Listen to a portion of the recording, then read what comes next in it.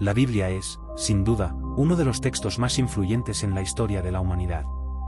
No solo es un compendio de enseñanzas espirituales, sino también una obra literaria y un registro histórico que ha moldeado el pensamiento, la cultura y las creencias de millones de personas a lo largo de los siglos. Dividida en dos grandes secciones, el Antiguo Testamento y el Nuevo Testamento, la Biblia abarca una rica variedad de géneros literarios, desde la poesía hasta la profecía, pasando por las narraciones históricas, los salmos, las parábolas y las cartas. Cada uno de estos géneros tiene su propio propósito y mensaje, pero todos están unidos por un hilo común, la búsqueda del sentido de la vida, la relación entre Dios y la humanidad, y el camino hacia la redención. El Antiguo Testamento, también conocido como la Tanaj en la tradición judía, narra la creación del mundo y el establecimiento de las primeras civilizaciones. Comienza con el Génesis, que relata cómo Dios creó los cielos y la tierra en 6 días y descansó en el séptimo. En sus primeros capítulos, la Biblia describe cómo el hombre, creado a imagen de Dios, cayó en el pecado a través de la desobediencia, lo que marcó el inicio de la historia del pecado y la redención. Adán y Eva, Caín y Abel, Noé y el diluvio, la Torre de Babel, son algunas de las primeras narraciones que forman la base de la cosmovisión bíblica. Son relatos que no solo buscan explicar el origen del mal en el mundo, sino también transmitir las lecciones sobre las consecuencias de la desobediencia y la misericordia divina. A lo largo de la narrativa del Antiguo Testamento, se presenta la historia del pueblo de Israel, un grupo elegido por Dios para cumplir su voluntad en la tierra.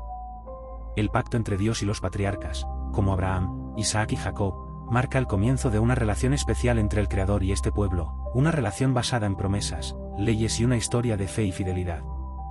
A través de la vida de estos patriarcas y sus descendientes, la Biblia explora temas fundamentales como la fe, el sacrificio, la esperanza y la justicia divina. Los libros de Moisés, también conocidos como el Pentateuco, son fundamentales para comprender la estructura del Antiguo Testamento. Estos 5 libros, Génesis, Éxodo, Levítico, Números y Deuteronomio, establecen las leyes, los mandamientos y los principios que guiarán al pueblo de Israel. El Éxodo, por ejemplo, cuenta la liberación del pueblo hebreo de la esclavitud en Egipto, un evento central que simboliza la salvación y el poder de Dios para liberar a su pueblo de las opresiones del mundo. En Levítico y Deuteronomio, se codifican leyes y preceptos, muchos de los cuales todavía tienen eco en las sociedades modernas, como los 10 mandamientos. Los libros históricos, como Josué, Jueces, Samuel y Reyes, continúan relatando la evolución del pueblo de Israel a lo largo del tiempo, desde la conquista de la tierra prometida hasta el establecimiento del reino de David y Salomón. A través de la guerra, la prosperidad, la idolatría y la cautividad, se repite el tema de la lucha entre la obediencia y la rebelión, y como cada fase de la vida del pueblo hebreo está ligada a su fidelidad a Dios. Además de los libros históricos, la Biblia contiene literatura profética. Profetas como Isaías, Jeremías, Ezequiel y Daniel no solo advertían al pueblo de Israel sobre las consecuencias de su desobediencia, sino que también anunciaban la llegada de un Salvador, un Mesías que restauraría la justicia y la paz en el mundo. Las profecías bíblicas han sido estudiadas durante siglos, y muchas de ellas son consideradas claves para la interpretación de los eventos futuros en la teología cristiana. Los libros poéticos y sapienciales, como los Salmos, Proverbios y Job, ofrecen una perspectiva diferente, enfocada en la relación personal con Dios, la reflexión sobre el sufrimiento y la sabiduría para vivir una vida recta. Los Salmos, en particular, son expresiones líricas de alabanza, lamento, gratitud y súplica a Dios, mientras que los Proverbios ofrecen consejos prácticos para vivir de acuerdo con los principios de Dios. El Nuevo Testamento, en cambio, introduce un giro radical en la narrativa bíblica, centrándose en la figura de Jesucristo, el Mesías esperado por los profetas del Antiguo Testamento. Comienza con los Evangelios de Mateo, Marcos, Lucas y Juan, que narran la vida, el ministerio, la muerte y la resurrección de Jesús. A través de sus enseñanzas, parábolas y milagros, Jesús revela la naturaleza de Dios y su plan de salvación para toda la humanidad. Su crucifixión y resurrección son el punto culminante de la historia de la redención, donde se cumple la promesa de un nuevo pacto entre Dios y el hombre. Tras los Evangelios, el libro de los Hechos de los Apóstoles relata la expansión del cristianismo por el mundo antiguo, gracias al trabajo incansable de los primeros discípulos y apóstoles.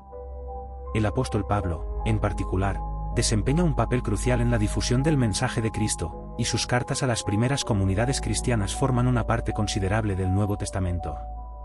Estas cartas, o epístolas, no solo son reflexiones teológicas sobre la naturaleza de la fe cristiana, sino también guías prácticas para la vida comunitaria y la ética cristiana. El Nuevo Testamento culmina con el Apocalipsis, un libro cargado de simbolismo y visiones sobre el fin de los tiempos y el establecimiento del reino de Dios. Escrita por el apóstol Juan, esta obra profética ofrece una visión de esperanza para los creyentes, asegurándoles que, a pesar de las tribulaciones que enfrentarán, Dios prevalecerá, y su justicia se impondrá sobre el mal. Las imágenes del Apocalipsis han sido objeto de innumerables interpretaciones a lo largo de la historia, y siguen siendo una fuente de inspiración y debate en la teología contemporánea. La influencia de la Biblia trasciende las fronteras religiosas. En las artes, la literatura, la música y el cine, innumerables obras han sido inspiradas por los relatos, personajes y enseñanzas bíblicas. Muchas expresiones culturales, frases comunes e incluso normas morales tienen sus raíces en este texto sagrado. Desde la pintura del Renacimiento hasta la poesía de autores como Dante y Milton, la Biblia ha sido una fuente constante de inspiración y reflexión. Además, la Biblia ha sido central en la vida devocional de millones de personas a lo largo de los siglos. Para muchos creyentes, la lectura de las Escrituras no es solo una actividad académica o literaria, sino una experiencia espiritual, una manera de conectarse con Dios y entender su voluntad. A través de la oración y la meditación en los pasajes bíblicos, los fieles encuentran consuelo, dirección y fortaleza en su vida diaria. Desde sus primeros manuscritos en hebreo, arameo y griego, la Biblia ha sido traducida a miles de idiomas, lo que la convierte en el libro más traducido y difundido en la historia. Este esfuerzo de traducción ha permitido que personas de todas las culturas y contextos puedan acceder a las enseñanzas bíblicas, independientemente de su lengua materna. Sin embargo, la Biblia también ha sido objeto de controversia y debate. Su interpretación ha dado lugar a múltiples denominaciones y corrientes teológicas dentro del cristianismo, y su autoridad ha sido cuestionada en diferentes momentos de la historia. A pesar de ello, su relevancia y poder siguen siendo indiscutibles. La Biblia es mucho más que un simple libro, es una fuente de fe, una guía moral y un espejo de la condición humana, con todas sus luces y sombras. El libro de Enoc es una de las obras apócrifas más enigmáticas y fascinantes dentro de la literatura antigua relacionada con las tradiciones religiosas judías y cristianas. Aunque no se encuentra en el canon oficial de la mayoría de las Biblias, su contenido ha intrigado a generaciones de estudiosos, místicos y teólogos. El libro ofrece un conjunto de revelaciones y visiones cósmicas atribuidas a Enoc, un patriarca de la Biblia, que es llevado al cielo para recibir conocimientos secretos sobre el funcionamiento del universo y el destino de la humanidad.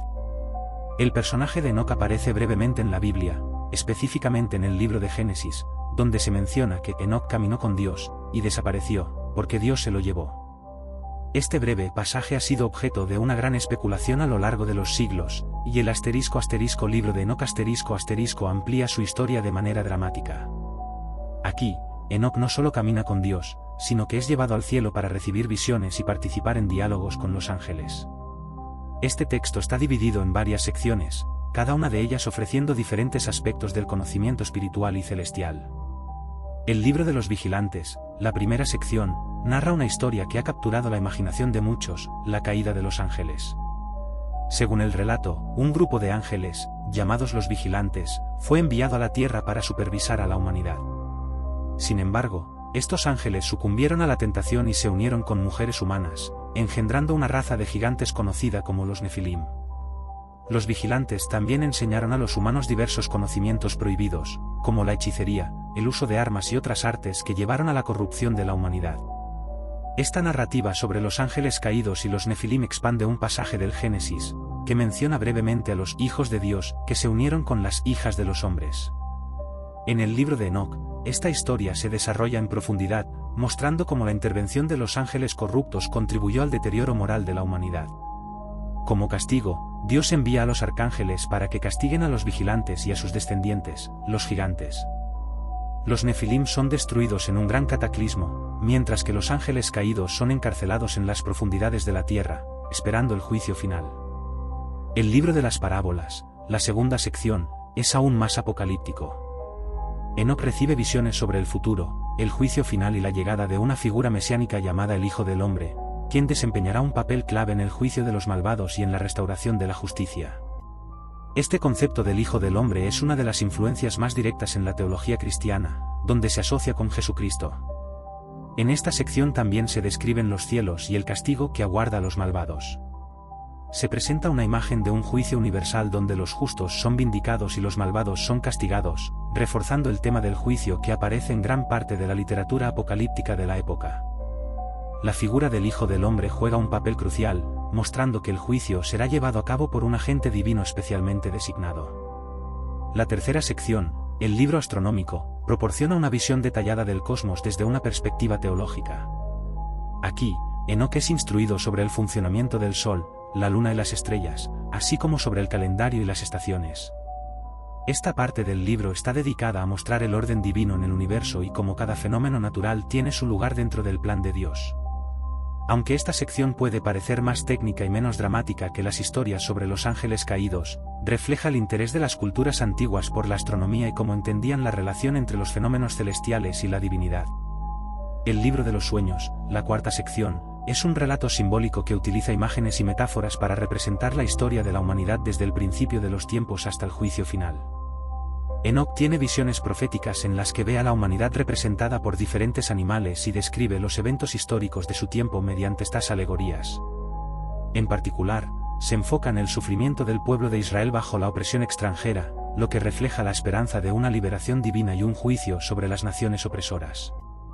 Finalmente, la epístola de Enoc, la última sección del libro, es una exhortación a los justos para que perseveren en su fe.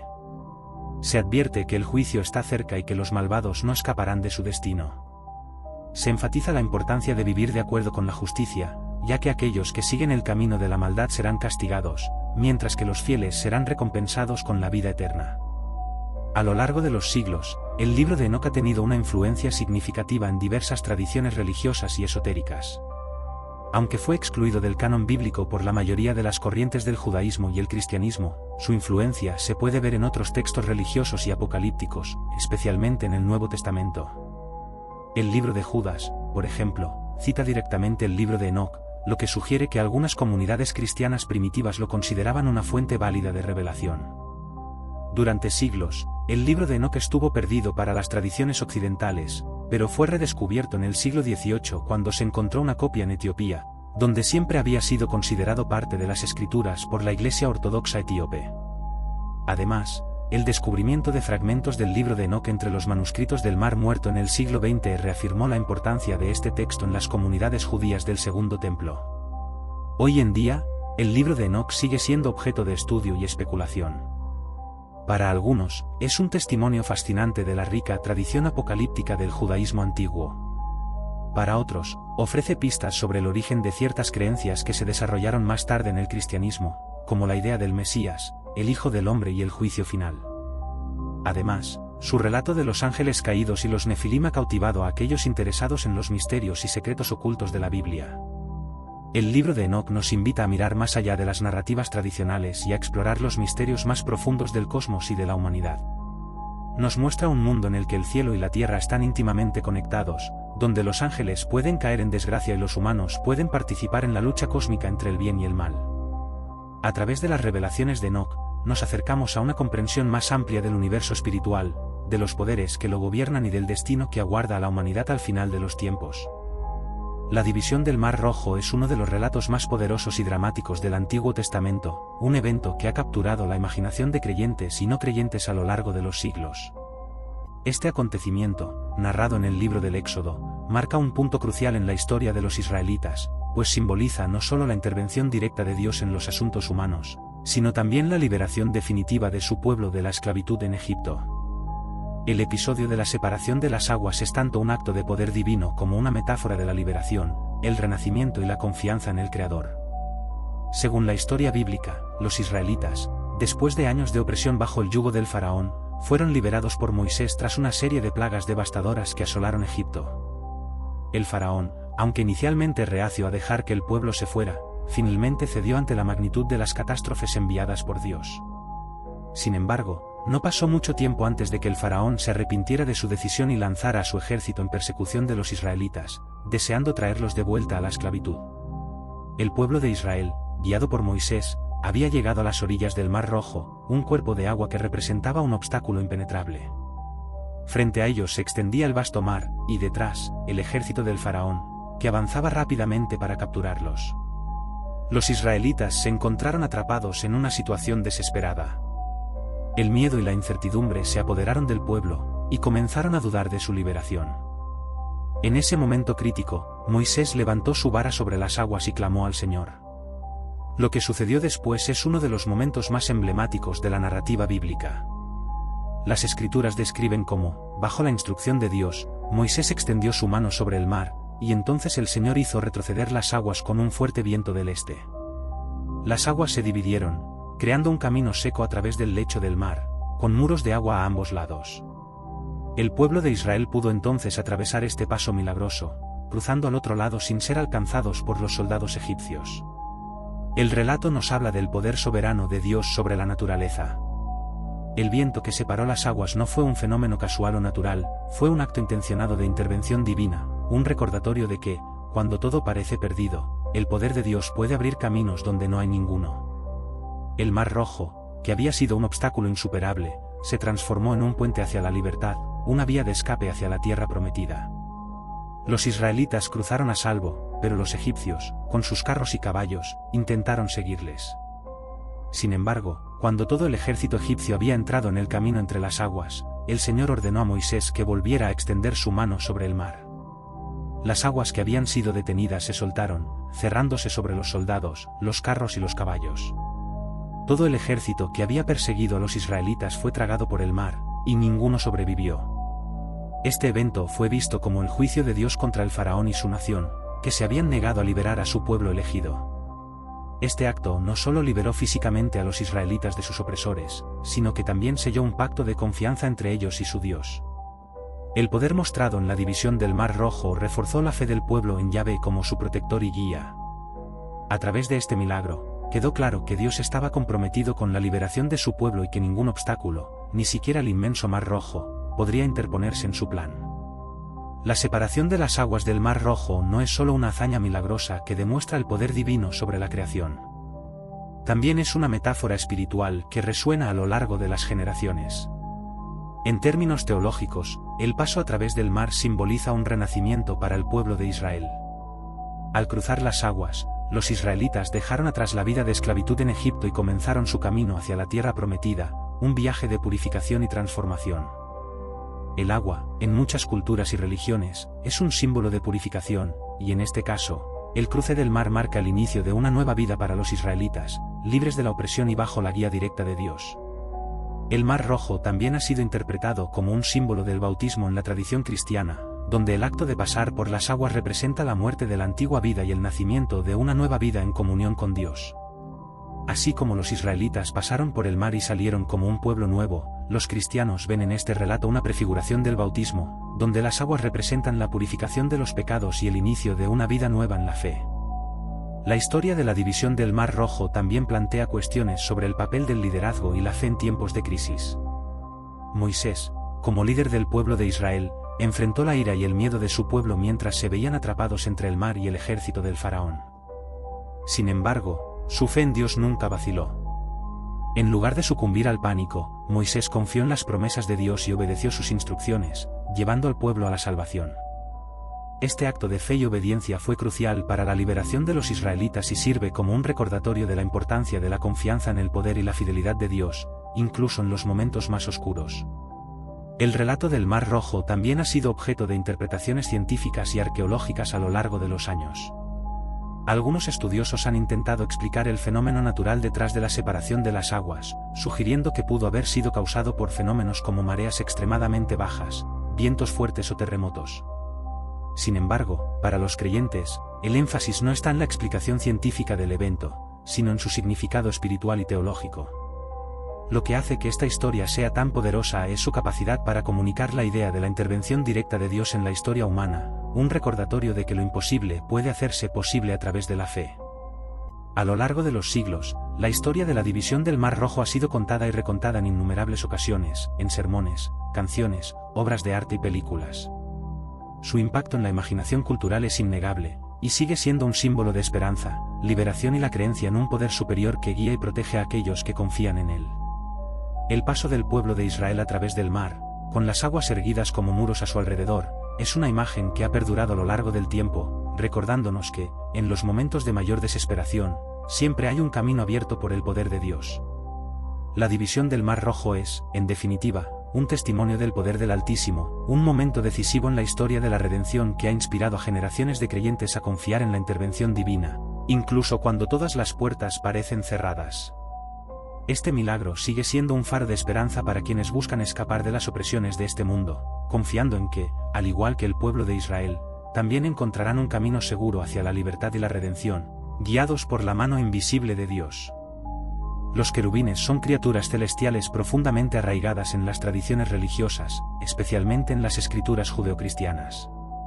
Mencionados numerosas veces a lo largo de la Biblia, los querubines no solo encarnan el poder y la presencia divina, sino que también actúan como guardianes y mensajeros del reino celestial. Su imagen, simbología y función han fascinado a teólogos, a artistas y creyentes a lo largo de los siglos, evocando una mezcla de misterio, reverencia y admiración. La primera mención de los querubines en la Biblia ocurre en el Génesis, en el contexto del jardín del Edén. Después de la desobediencia de Adán y Eva y su subsecuente expulsión del paraíso, se dice que Dios colocó querubines con una espada flamígera en la entrada del jardín para custodiar el árbol de la vida, impidiendo que la humanidad retornara y tuviera acceso a él. Esta imagen inicial de los querubines como guardianes celestiales muestra su función primordial de proteger lo sagrado y actuar como una barrera entre el mundo divino y el humano. Los querubines no solo son protectores, sino también los intermediarios entre lo celestial y lo terrenal. Otra referencia significativa de los querubines aparece en el libro del Éxodo, donde Dios ordena a Moisés la construcción del Arca de la Alianza. El arca, que contenía las tablas de los 10 mandamientos, debía ser adornada con imágenes de querubines esculpidos en oro. Estos querubines debían estar ubicados en la tapa del arca, con sus alas extendidas hacia adelante, cubriendo el propiciatorio, la zona donde se creía que la presencia de Dios descendía. Estos querubines no solo servían como adornos, sino como testigos y heraldos del poder de Dios. Su ubicación en el arca refuerza la idea de que eran guardianes de la santidad, vigilando el objeto más sagrado del pueblo de Israel. Los querubines también son descritos en el libro de Ezequiel, donde su apariencia es mucho más compleja y detallada.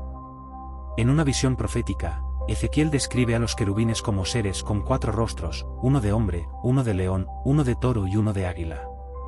También tenían alas y cuerpos cubiertos de ojos.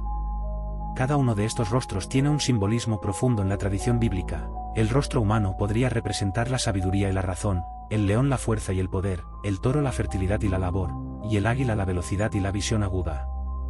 Este retrato multifacético de los querubines resalta su naturaleza como seres que trascienden lo común y ordinario, fusionando diferentes aspectos de la creación para reflejar la complejidad y majestuosidad del reino de Dios. El libro de Ezequiel también describe a los querubines como acompañantes del carro de Dios, un trono móvil que transporta la presencia divina. Esta visión es una de las más enigmáticas y misteriosas en la Biblia, con los querubines actuando como las ruedas de este carro celestial. La descripción de los cuerpos llenos de ojos añade una capa de omnisciencia, sugiriendo que estos seres angelicales tienen un conocimiento y visión total del mundo. Los ojos, símbolos de vigilancia y percepción, destacan su rol como guardianes celestiales que todo lo ven y protegen la gloria de Dios. En el libro de los Reyes y Crónicas, durante la construcción del templo de Salomón, los querubines juegan un papel destacado en la decoración del lugar santísimo, la cámara más sagrada del templo. 2 grandes estatuas de querubines fueron erigidas dentro del templo, con sus alas extendidas de pared a pared. Su presencia en el templo refuerza nuevamente su papel de guardianes de lo sagrado, protegiendo la santidad del espacio donde se creía que la presencia de Dios residía en la tierra. Los querubines también aparecen en la literatura apocalíptica del Nuevo Testamento. En el libro del Apocalipsis, su descripción se asemeja a las criaturas descritas por Ezequiel, con seres llenos de ojos y múltiples rostros. Estos seres no solo protegen el trono de Dios, sino que también participan activamente en la adoración celestial, cantando sin cesar: Santo, Santo, Santo es el Señor Dios Todopoderoso. Su constante adoración y cercanía al trono divino subrayan su importancia en la jerarquía celestial y su devoción perpetua al Creador. A lo largo de la historia del arte cristiano, los querubines han sido representados de diversas formas, muchas veces alejándose de las descripciones bíblicas originales. En el arte renacentista, por ejemplo, los querubines fueron transformados en pequeños ángeles infantiles, conocidos como putti, con alas y rostros dulces, simbolizando la inocencia y la pureza. Sin embargo, estas representaciones artísticas difieren considerablemente de las criaturas imponentes y complejas descritas en las Escrituras. Teológicamente, los querubines han sido interpretados como una de las órdenes más elevadas de los ángeles, según la jerarquía angelical formulada por teólogos cristianos medievales. Según esta jerarquía, que fue influenciada por obras como la de Pseudo Dionisio Areopagita, los querubines se encuentran cerca del trono de Dios, sirviendo como guardianes de la luz divina y el conocimiento celestial. En esta visión teológica, su proximidad al trono de Dios refleja su función como aquellos que están más cerca de la perfección y la sabiduría divinas. El papel de los querubines como seres guardianes se extiende más allá del ámbito físico. Son también considerados como protectores del conocimiento divino, seres que tienen acceso a verdades ocultas y misterios que los humanos no pueden comprender completamente. Esta conexión con el conocimiento y la sabiduría divina es lo que les otorga una presencia tan imponente en las visiones proféticas y apocalípticas, donde actúan como intermediarios entre el mundo celestial y el mundo terrenal. Los querubines, por lo tanto, son mucho más que simples adornos o símbolos. Son representaciones de un poder y conocimiento superiores, guardianes celestiales que protegen lo sagrado y sirven a Dios de una manera directa y constante. A través de sus múltiples descripciones en la Biblia, podemos ver que su naturaleza es tanto imponente como misteriosa, encarnando el poder de Dios y su cercanía con la creación. El estudio de los querubines nos lleva a reflexionar sobre el misterio de lo divino, la distancia entre el hombre y Dios, y los seres que existen para mediar y proteger ese reino celestial. Los querubines, como seres que combinan múltiples facetas del mundo natural y sobrenatural, nos recuerdan que la creación de Dios es vasta, compleja y llena de misterios que trascienden nuestra comprensión.